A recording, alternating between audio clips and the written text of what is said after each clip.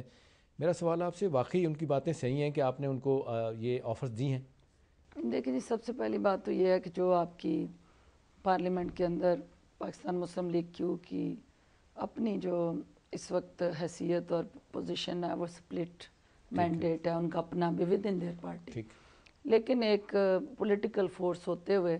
آپ ان کی سیاسی جو پوزیشن ہے اس کو ڈس اون نہیں کر سکتے، اور وہ لوگ بھی اگر ووٹ لے کے آئے ہیں تو عوام نے دیے ہیں اور لوگوں نے الیکٹ کر کے بھیجے. ہماری قیادت نے اسی مفاہمت کی سیاست کو آگے بڑھانے کے لیے ڈائلاگ کیا، اور ابھی بھی ڈائلاگ چل رہا ہے، اور ہماری لیڈرشپ نے باقاعدہ پارلیمانی میٹنگ پارٹی کی کال کی، پاکستان پیپلز پارٹی کے جو اہم ذمہ دار اور عہدیداران ہیں ان سے کنسلٹیشن کی، اور کنسنسس سے یہ فیصلہ کیا کہ PML سمیت دیگر جو پولیٹیکل فورسز ہیں، جو آپ نے JUI کا بھی ذکر کیا، ان سب کو آن بورڈ لیا جائے اور ایک ڈائلاگ کا رستہ کس کھولا حد تک جائے. کامیابی آپ کو ہوئی ہے اس حوالے سے؟ دیکھیں سیاست میں it's a day to day business, حالات جو ہیں آئے دن چینج ہم ہوتے ہیں. کہتے ہیں مئی میں یہ حکومت بننے کی توقع ہے، اگلے ماہ، آپ سمجھتی ہیں کہ دیکھیں بیسیکلی جو ہے ہم تو یہ چاہیں گے کہ جو اس وقت نیشنل ایشوز ہیں، نیشنل چیلنجز ہیں، ان کو ہینڈل کرنے کے لیے ہم سب مل کے ایک نیشنل گورنمنٹ، یہ وزارتیں آفر کی ہیں آپ تو نے؟ نہیں اس میں دیکھیں وزارتیں تو ظاہر ہے آپ ایک جب کولیشن پارٹنر آئیڈینٹیفائی کرتے ہیں تو ان کے ساتھ آپ نے جب ٹیبل پہ بیٹھنا ہے، کوئی ڈائلاگ کرنا ہے، تو غیر مشروط تو آپ کو کوئی ڈائلاگ آپ نہیں شروع کرتے نا، اس کے ساتھ کچھ لیکن نے تو کنڈیشنز ڈاکٹر صاحب رکھیں. منع کر دی ہے پوائنٹ بلینک کہ نہیں آ رہے، JUI کا بھی کچھ نہیں پتا. کیو والوں کے بارے میں کہا جا رہا ہے کہ جی PML شاید جوائن کر جائے. میرا سوال آپ سے کہ کیا ان کے جوائن کرنے میں ایک مشترکہ ایک دشمن جو ان کو نظر آ رہا ہے یا اوپوننٹ نظر آ رہا ہے PMLN ہے، کیا یہ ان کو آئندہ کے لیے دور رکھنے کے لیے یا ایک بڑا الائنس بنانے کے حوالے سے آپ لوگ اکٹھے ہو رہے ہیں؟ دیکھیں جہاں تک پہلے MQM کا تعلق ہے اور JUI کا، ابھی تک اس حوالے سے فائنل نو نہیں ہے، اور ہماری لیڈرشپ اور ان کی لیڈرشپ جو ہے they are in contact and they are in consultation also. اور جہاں تک PMLQ کا تعلق ہے تو میں نے آپ سے کہا کہ ڈیفینیٹلی ہمارا ان سے ڈائلاگ شروع ہوا ہے. یہ پولیٹیکل ڈائلاگ صرف بجٹ کی حد تک نہیں ہے، یہ پولیٹیکل ڈائلاگ اس ملک کے اندر پولیٹیکل سٹیبلٹی کے لیے ہے. اور آپ کو پتہ ہے کہ یہ جس قسم کی صورتحال اور حالات پیدا ہوئے ہیں، کوئی بھی پولیٹیکل پارٹی اب اگلے آنے والے الیکشن میں بھی سنگل میجورٹی پارٹی کے طور پہ نہیں آئے گی، اور ہر ایک کے پاس اسی طرح کا سپلٹ مینڈیٹ ہوگا. اسی کو دیکھتے ہوئے وہ ڈائلاگ جو اپنے الیکشن کے بعد پولیٹیکل پارٹی سے کرنا ہے، ہماری قیادت نے ان حالات کو دیکھتے ہوئے وہ ارلی ڈائلاگ کو سٹارٹ کیا ہے کہ ہم پنجاب کے اندر اور اوورآل پورے پاکستان کے اندر، کیونکہ فرنٹیئر کے اندر پختونخوا کے اندر آپ JUI کی امپورٹنس کو ڈینائی نہیں کر سکتے. پنجاب کے اندر آپ کاف کی جو ہے وہ جہاں جہاں ان کے پارٹی نہیں لیکن کینڈیڈیٹس تھے آتے ہیں. ڈاکٹر صاحب پنجاب کا آپ ذکر کر رہی ہیں، پنجاب کی اہمیت سب کو پتہ ہے، 60% پنجاب ہے.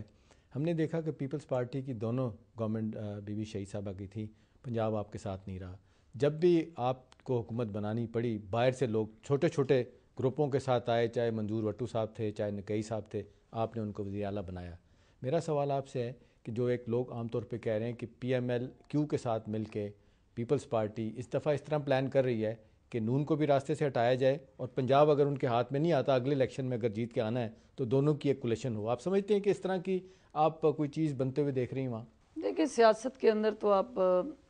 وقت سے پہلے کوئی پریڈکٹ اور فورسی نہیں کر سکتے. حالات جو ہیں وہ اگلے الیکشن کی کیا ہوں گے، اس وقت کیا سیاسی صورتحال ہوگی اور کیا عوام کا موڈ ہوگا، اور عوام کی جو اصل جو طاقت کا سرچشمہ ہے وہ ان کے پاس جو ووٹ کا رائٹ ہے، اور وہ اس وقت کس پارٹی کو ووٹ کاسٹ کرتے ہیں، یہ تو آنے والے حالات اور عوام کے فیصلے کے بعد ہی ہم کو طے کر پائیں گے. لیکن یہ ایک ڈیزائر ضرور ہو سکتی ہے کہ آپ یہ دیکھیں کہ اس الیکشن کے بعد کے آنے والا جو فیوچر ہے وہ کیا ہو سکتا ہے. ڈاکٹر صاحب اور اس میں دو آپشن، آپ ایک PMLN کا آپشن ہے اور ایک PMLQ کا. ایک آپشن آپ نے ایکسرسائز کر لیا، آپ نے دیکھ لیا کہ وہاں وہ کولیشن نہیں چل سکا اور in spite of all efforts وہ الٹیمیٹلی وہ سپلٹ ہو گیا. تو اب اگلا جو چوائس آپ کے پاس ہے وہ وقت سے پہلے ہے کہ آپ اس پہ کوئی رائے دیں، لیکن سیاست میں کوئی چیز بھی حرف آخر نہیں ہوتی. ڈاکٹر صاحب 3 سال 3.5 سوا 3 سال ہو گئے ہیں. ایک تاثر یہ بھی ہے بڑی حد تک لوگ کہتے ہیں کہ وہ صحیح بھی ہے کہ جو چیلنجز تھے آپ کو یا جو مشکلات تھیں یا ایک ایلیگیشن ہے کہ جی کو ڈیلیور نہیں کیا آپ نے، بہت سارے ایشوز پہ آپ وعدے کیا آپ نے، نواز شریف صاحب کہتے ہیں پورے نہیں کیے گئے. کس حد تک اس بات کو آپ سچ دیکھتی ہیں کہ یہ چاہے بھٹو صاحب کا ریفرنس کھولنا ہو، چاہے یہ ایک نیشنل گورنمنٹ بنانا ہو، یہ کس حد تک تاثر آپ سمجھتے ہیں صحیح ہے کہ یہ صرف فار دا ٹائم بینگ چیزوں کو لوگوں کی نظروں سے اوجھل کرنے والی بات ہے، وقت گزارنے کے لیے ہے؟ کس حد تک آپ سمجھتی ہیں کہ اصل ایشوز سے توجہ اٹھانے کی بات ہے یہ؟ دیکھیں احتشام صاحب، بات تو یہ ہے کہ پاکستان کے عوام نے جو مینڈیٹ پاکستان پیپلز پارٹی کو دیا، ہم نے جو الیکشن میں وعدے کیے تھے وہ الیکشن میں وعدے اس حکومت کے آنے کے وعدے تھے جس کو 2/3 میجورٹی ملے یا کم از کم حکومت بنانے کے لیے واضح اکثریت ملے. لیکن جس دن آپ کو مینڈیٹ ملا تو وہ ریکوائرڈ مینڈیٹ نہیں تھا جو ہم ایکسپیکٹ کر رہے تھے. وہ مینڈیٹ تو یہ ایکسکیوز ڈاکٹر صاحب تو نہیں بن سکتا کہ بھی ڈیلیور نہیں کر سکے؟ نہیں، اس میں یہ ہوا احتشام صاحب کہ from the very first day آپ نے کمپرومائزز کیے. From the very first day آپ کو جو آپ کا ایجنڈا تھا اس سے ہٹ کے اتحادیوں کے بیٹھ کے ہر پوائنٹ پہ قدم پہ غلط صحیح بات ان کی ماننی پڑی آپ کو، ان کو آن بورڈ لیا. جو آپ کا پارٹی مینیفیسٹو تھا یا آپ کا اپنا پارٹی کا جو ٹارگٹس تھے وہ آپ نے جب بھی ان کو انیشیٹو لیے اور ان کو آگے ٹوک کیا، کوئی نہ کوئی ہرڈل اور کوئی نہ کوئی سپیڈ بریکر راستے میں آیا. لیکن اس کے باوجود آپ نے وہ اچیومنٹس کی کہ آپ کی اکثریت نہ ہوتے ہوئے بھی آپ نے جو NFC ایوارڈ کر کے، آپ 18th امینڈمنٹ کر کے آج آپ صوبوں کو جو پروونشل اٹانومی اور financial autonomy and administrative autonomy کی بات کر رہے ہیں. تو یہ ساری چیزیں تاریخ لکھے گی کہ ہم نے پولیٹیکل پوائنٹ سکورنگ یا سیاسی گراف اپنا جو ہے اس کو شاید نیچے کیا، لیکن ہم نے جو آپ کے نیشنل انٹرسٹ تھے جس سے ملک مضبوط ہوتا، جس سے ہمارے عوام کو ریلیف ہوتا. کہ کام نہیں ہو سکے کسی نہ کسی، چاہے ایکسپلائٹ آپ کو کیا گیا یا بلیک میل کیا گیا چھوٹی پارٹیوں کی طرف سے. لیکن میں یہ کہتی ہوں کہ ہم نے مشکل ترین حالات میں، مشکل ترین اکنامک سچویشن میں، وار آن ٹیرر میں ہوتے ہوئے، حالت جنگ میں ہوتے ہوئے ہم نے اس طرح پرفارم کیا کہ ہمارے علاوہ اگر کوئی ہوتا تو وہ پہلے دن ہی اپنا بوریا بستر باندھ کے جا چکا ہوتا. پاکستان میں تو ایسی کوئی مثال نہیں ہے ڈاکٹر صاحب، کو آتا جاتا نہیں ہے یا نکالا جائے یا ووٹ آؤٹ ہو. آپ دیکھیں کہ میڈیا کے ذریعے ہمارے سیاسی مخالفین نے ہر روز ایک ڈیٹ دی اور وہ ڈیٹس دیتے رہے کہ اب حکومت گئی کیونکہ تو اتحادی چھوڑ گئے چلی گئی. PMLN جس دن ہم سے علیحدہ ہوئی اس دن ڈیٹ آ گئی، MQM علیحدہ ہوئی ڈیٹ آ گئی، JUI علیحدہ ہوئی. تو نہیں، اس لیے کہ ہمیں حکومت میں رہنا یا جانا ہمارا ایجنڈا نہیں ہے. ہمارا ایجنڈا یہ ہے کہ ہم حکومت میں ہیں تو جو ہماری ایک نیشنل ذمہ داریاں ہیں ان قومی ذمہ داریوں کو ہم ادا کریں. وہ ہم میگا وہ کریں سولوشنز اور مائکرو ایشوز جو آپ کے پولیٹیکل انٹرسٹ کے ساتھ جڑے ہیں ان کو. ڈاکٹر صاحب 2 سال کا پیڑا رہ گیا، 1.5 سال کا، جو مختلف فرنٹ پہ توقعات تھیں وہ اس میں چاہے اکنامک ریکوری کی بات ہو، چاہے پولیٹیکل فرنٹ پہ چیزوں کو ٹھیک کرنا ہو، چاہے وار آن ٹیرر ہو، چاہے انٹرنیشنل چیلنجز سامنے ہوں آپ نہیں سمجھتی کہ جو کامیابی ملنی چاہیے تھی وہ بہت ہی کم رہی اس حوالے سے؟ لیکن سب سے پہلی بات تو یہ ہے کہ اکنامک فرنٹ پہ ہمارے اتحادی جس دن ہمیں چھوڑ کے گئے وہ اسی 4C پہ PMLN جو ہے انہیں کے فنانس منسٹر اسحاق ڈار صاحب کی اسٹیٹمنٹ ہے کہ پاکستان بینکرپسی کی طرف جائے گا اور یہ دیوالیہ ہونے جا رہا ہے. وہ آن ریکارڈ ہے اسٹیٹمنٹ. جس وقت ہمارے اتحادی یہ نہیں توقع کر رہے تھے کہ یہ حکومت سسٹین کر جائے گی، اکنامک فرنٹ پہ یہ پرفارم کر لے گی اور اپنے یہ ایکسپورٹس جو آپ کی ہیں اس وقت جو ہیں اس کو آپ کمپیئر کریں تو 46% آپ نے اس سال ریز ہے آپ کا فارن ایکسچینج ریزرو میں آپ کی ون ٹائم ہائی آپ کی وہ ہوئی ہیں فارن ریمیٹنسز آپ کے ہائی ہوئے ہیں تو جو آپ کے میکرو انڈیکیٹرز ہیں 40% آپ کا روپی جو ہے نا وہ ڈیپریشیٹ ہو گیا اس کو آپ انٹرلنک کر لیں نا انٹرنیشنل اس کی وجہ سے اگر ایکسپورٹ بڑھ گئی ہیں ریمیٹنسز بڑھ گئی تو وہ لوگ اس کو کامیابی نہیں ڈکلیئر کرتے صاحب اس کو آپ انٹرنیشنل مارکیٹ کے اندر جو آئل پرائسنگ ہے وہ پاکستان کی حکومت کے بس میں نہیں ہے اور 87% آپ آئل امپورٹ کرتے ہیں. جی ناظرین ہماری بات چیت ہو رہی ہے ڈاکٹر فردوس عاشق اوان صاحبہ کے ساتھ انفارمیشن منسٹر پیپلز پارٹی کی اہم رہنما ہیں. ان سے ہم بات کر رہے ہیں, چھوٹا سا وقفہ لیں گے, واپس آئیں گے تو PMLN